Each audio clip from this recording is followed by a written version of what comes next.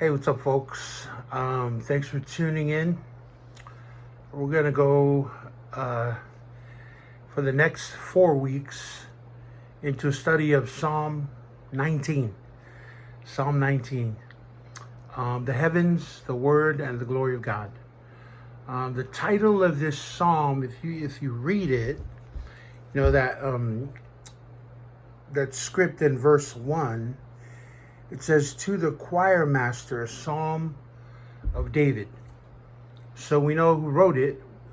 King David wrote it. And we know it's to the choir master, to the chief musician.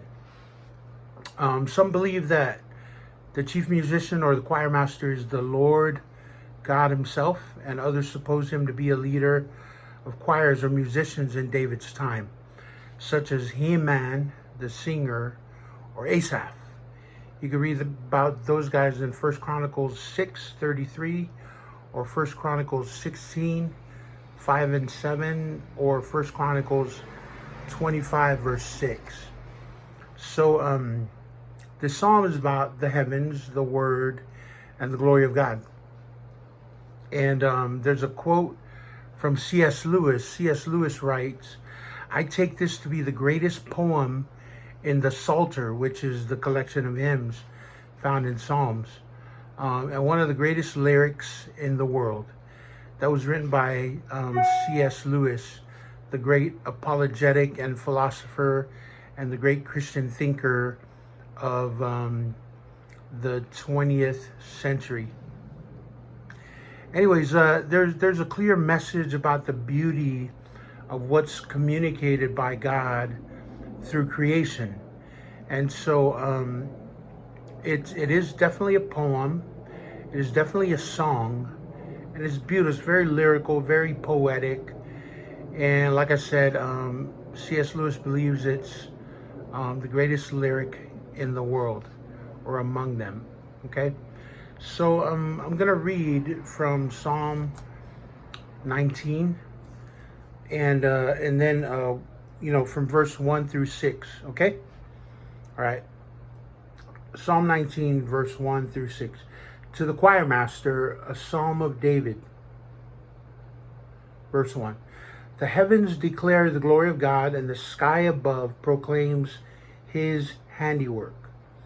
Day to day pours out speech, and night to night reveals knowledge. There is no speech, nor are there words whose voice is not heard. Their voice goes out through all the earth, and their words to the end of the world. In them he has set a tent for the sun, which comes out like a bridegroom leaving his chamber, and like a strong man runs its course with joy.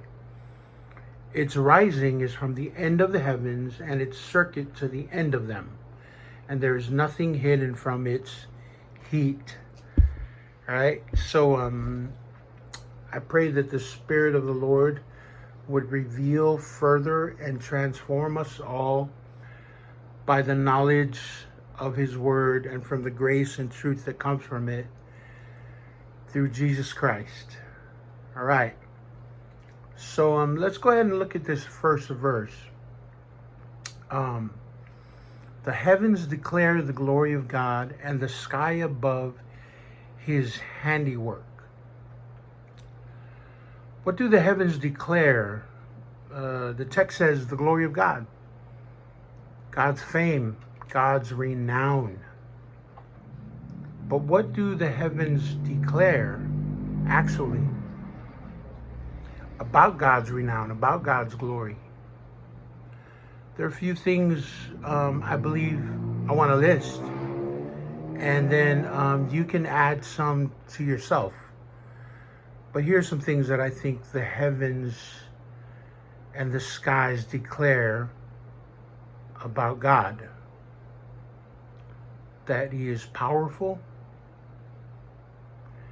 that he is mighty, that he is majestic. When you look at the heavens, the majesty, the beauty.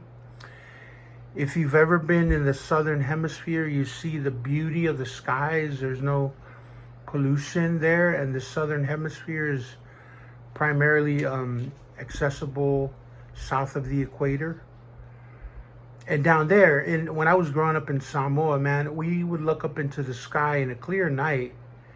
And as kids, we would lay down on the grass and look up into the sky.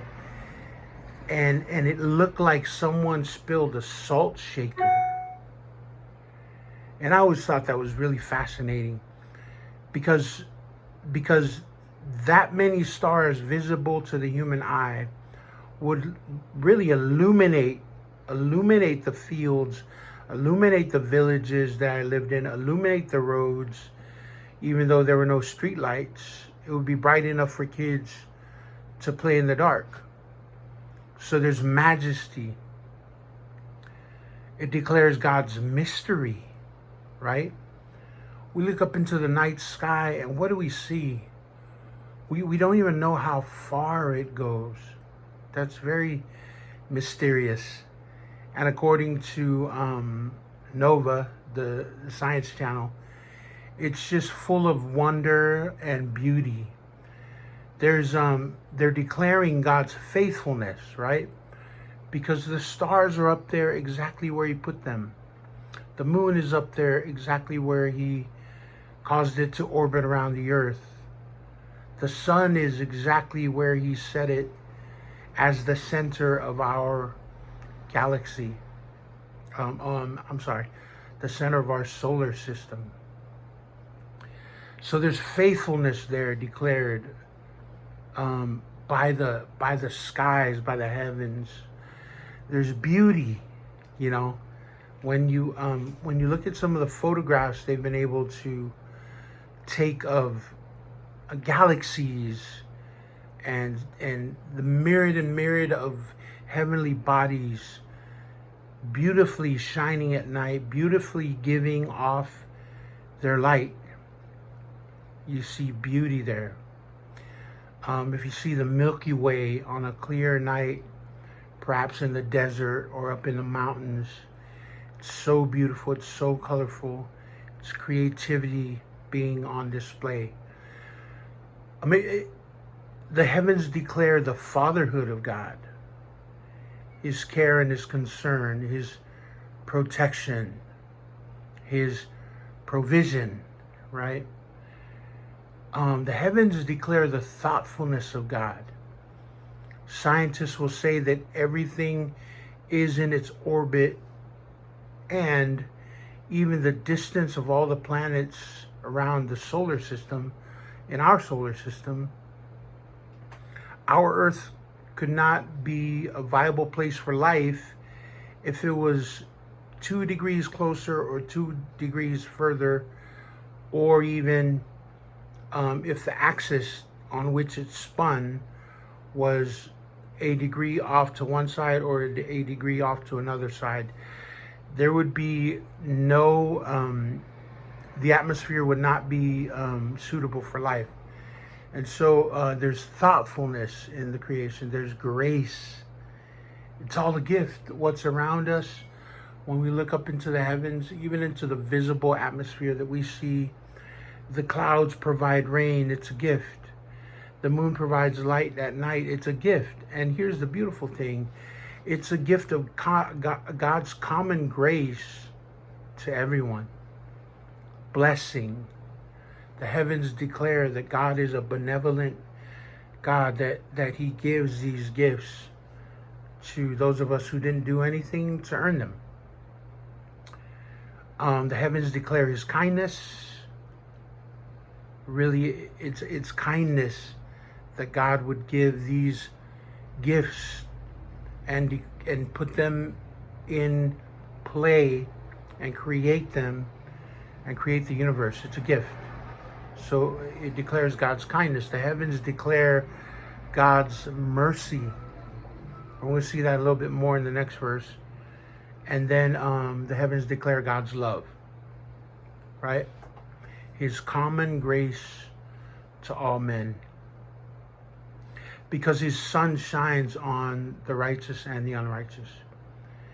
At night, His moon shines on the righteous and the unrighteous.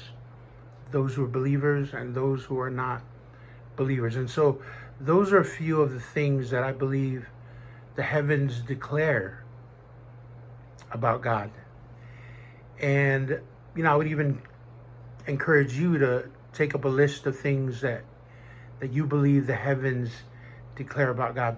But let's look at verse 2. It says, day to day pours out speech, and night to night reveals knowledge. Each day, each night is delivering a sermon. There's a teaching in each cycle of day and night, and it's being poured out. It's gushing forth like a spring. It's not just barely trickling out, but it's gushing forth. It's bursting forth. It's pouring out. And it pours forth declarations about God's glory. And like I said earlier, such as mercy. We knew from Jeremiah 3:23 that God's mercies are new every morning.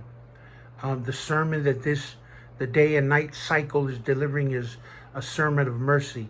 It's a sermon of life, right?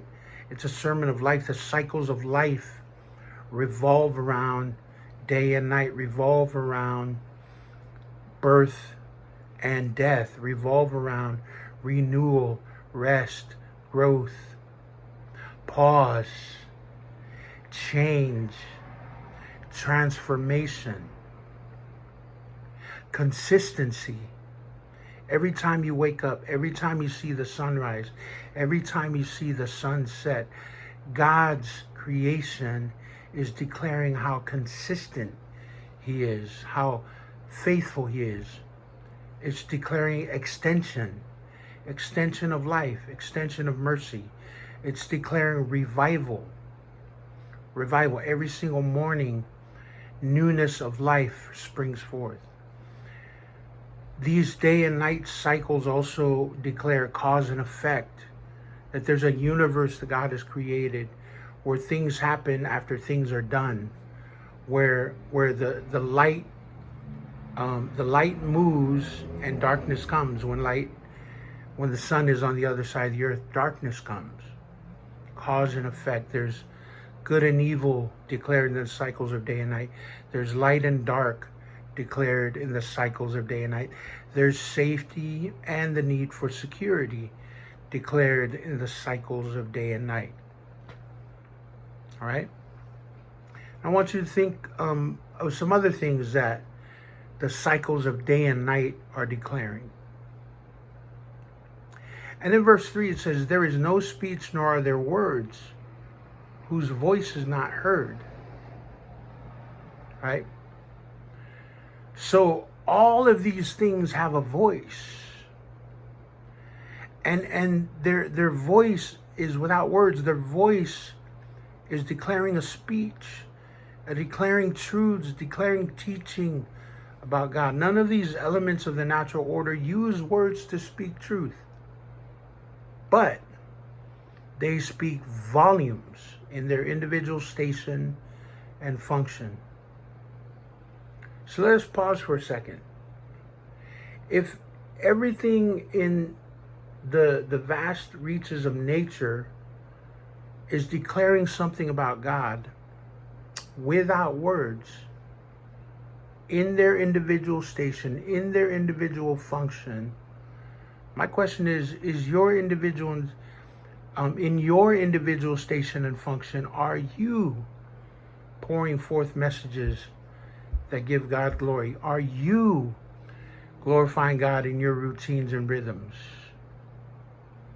Never mind your words at this point, which do have value. We're going to see that in the last week of our study. Your words do have value, but what are your movements?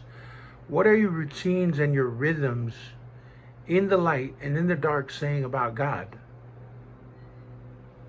Can people see you and sense that there's a God and that he's good and that there's purpose to your life?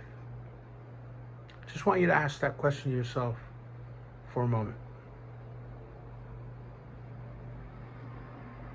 And ask yourself, what would that be? Like if the purpose of the sun is to declare God's glory by providing light, what is your purpose? And are you declaring that without words? Now let's look at verse 4. Sorry about the ice cream truck. It has its own message. It's trying to gather the kids of the neighborhood with the song. But look at verse 4. Verse 4 says, their voice, their who? The heavens, the handiwork, day and night, all that we see in the natural order, their voice goes out through all the earth, and their words to the end of the earth. In them, God has set a tent for the sun. So let's sit and unpack that for a moment. Verse 4 is speaking about the voice and the impact. There's impact in all the created order because of those wordless routines and rhythms. So I just want to ask, are you functioning in such a way that you have impact in your routines and your rhythms? And the text says their voices goes out through all the earth to the end of the world.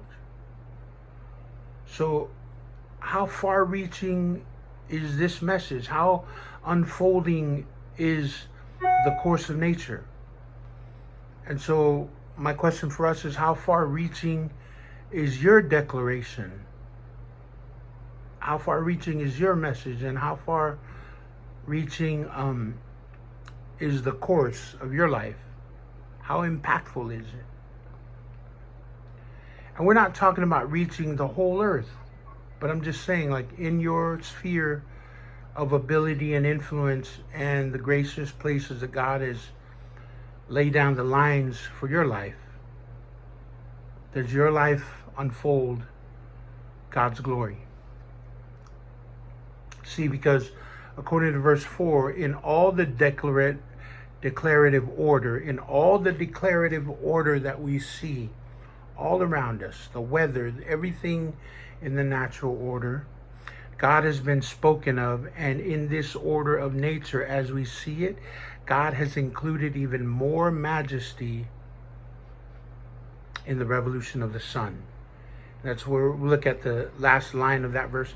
In them, in all this creative order, God has set a tent for the sun. And so we go from the heavens to the earth to the sun. The tent for the sun can be thought of as the sun's hiding at night. The sun is at rest. It is in a tent. It is hidden. It is resting. But let's look at verse 5 to see what is going on in this tent. Verse 5 says, the sun which comes out like a bridegroom leaving his chamber, and like a strong man runs its course with joy. At sunrise, it comes out. The sun comes out like a bridegroom leaving his chamber.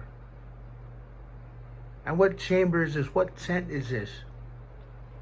The marriage chamber, the marriage tent, gladdened by his evening and night recreation, rest, and refreshment. That's how the sun comes out of its chamber.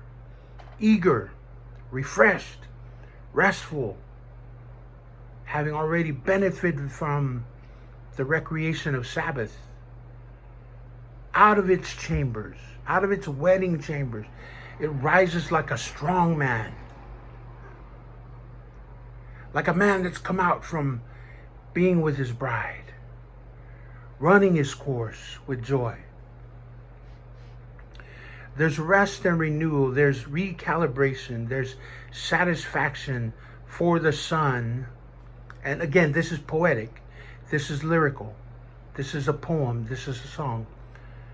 For the sun.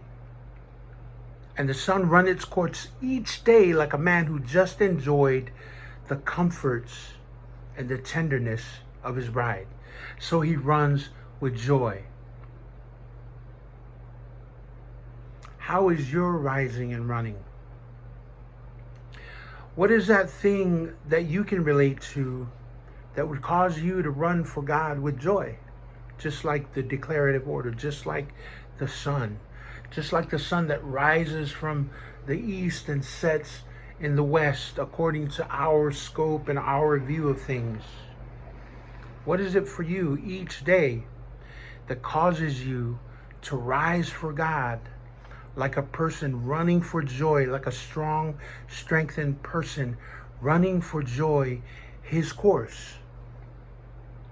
And the beautiful picture that David gives is of a man who just rose from his chambers after being with his bride.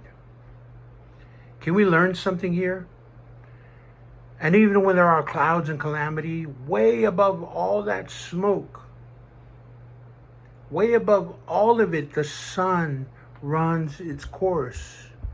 What can we learn from that? Way above all the smoke, way above all the clouds, the sun continues to run its course. Can we learn from the sun how we can further run our course and glorify God? I think we can. And then we'll settle with verse 6 and wrap it up. The sun's rising is from the end of the heavens, and its circuit to the end of them, and there is nothing hidden from its heat. Remember, we're talking about how nature declares God's glory. And so look at the sun again. It runs its full course every day from the end of the heavens to the end of them. So David is saying from one side of the horizon all the way to the other side of the horizon, every single day it runs its course. Whatever the weather is and however the clouds form and move, and no matter what is going on down below, the sun runs its course.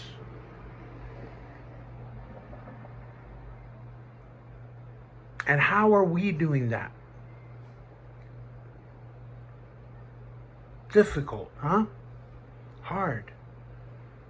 To look at the declarative order and think of routines and rhythms that they're set in, that were declared by God. God told the sun to do this. God told the moon to do this. God told the stars to hang here and to shine like so. God told the galaxies to take form and hung them out there.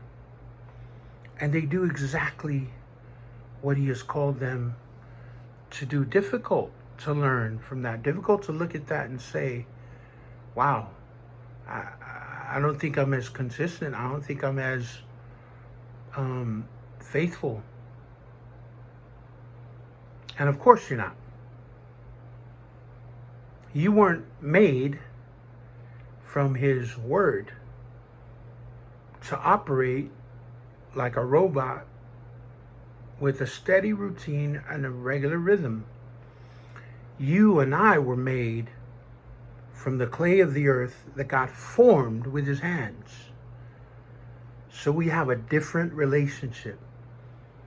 But it's still good to look at the created order and learn from it. And then finally, during its course, the sun will always give heat, and there is nothing hidden from its heat. The sun will always give its heat. And even if we don't feel it because of clouds or rain, the sun is always giving the earth what it needs for life. So what is your rhythm? What is your purpose? What is your gift? What is your impact? And does it follow suit with the sun, who declares God's glory without words to a needy world? The sun declares God's glory without words to a needy world. I wonder how we're doing with that.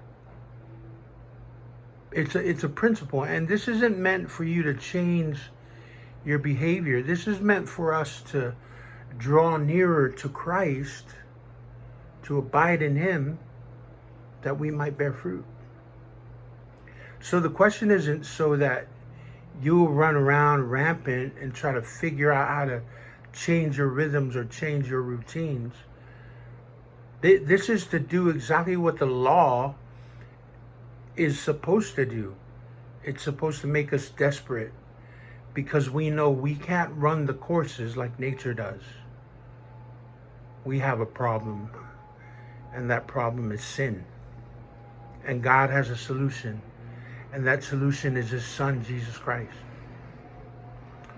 And so I believe that if we abide in Christ and we bear fruit for Christ, we can follow the Son.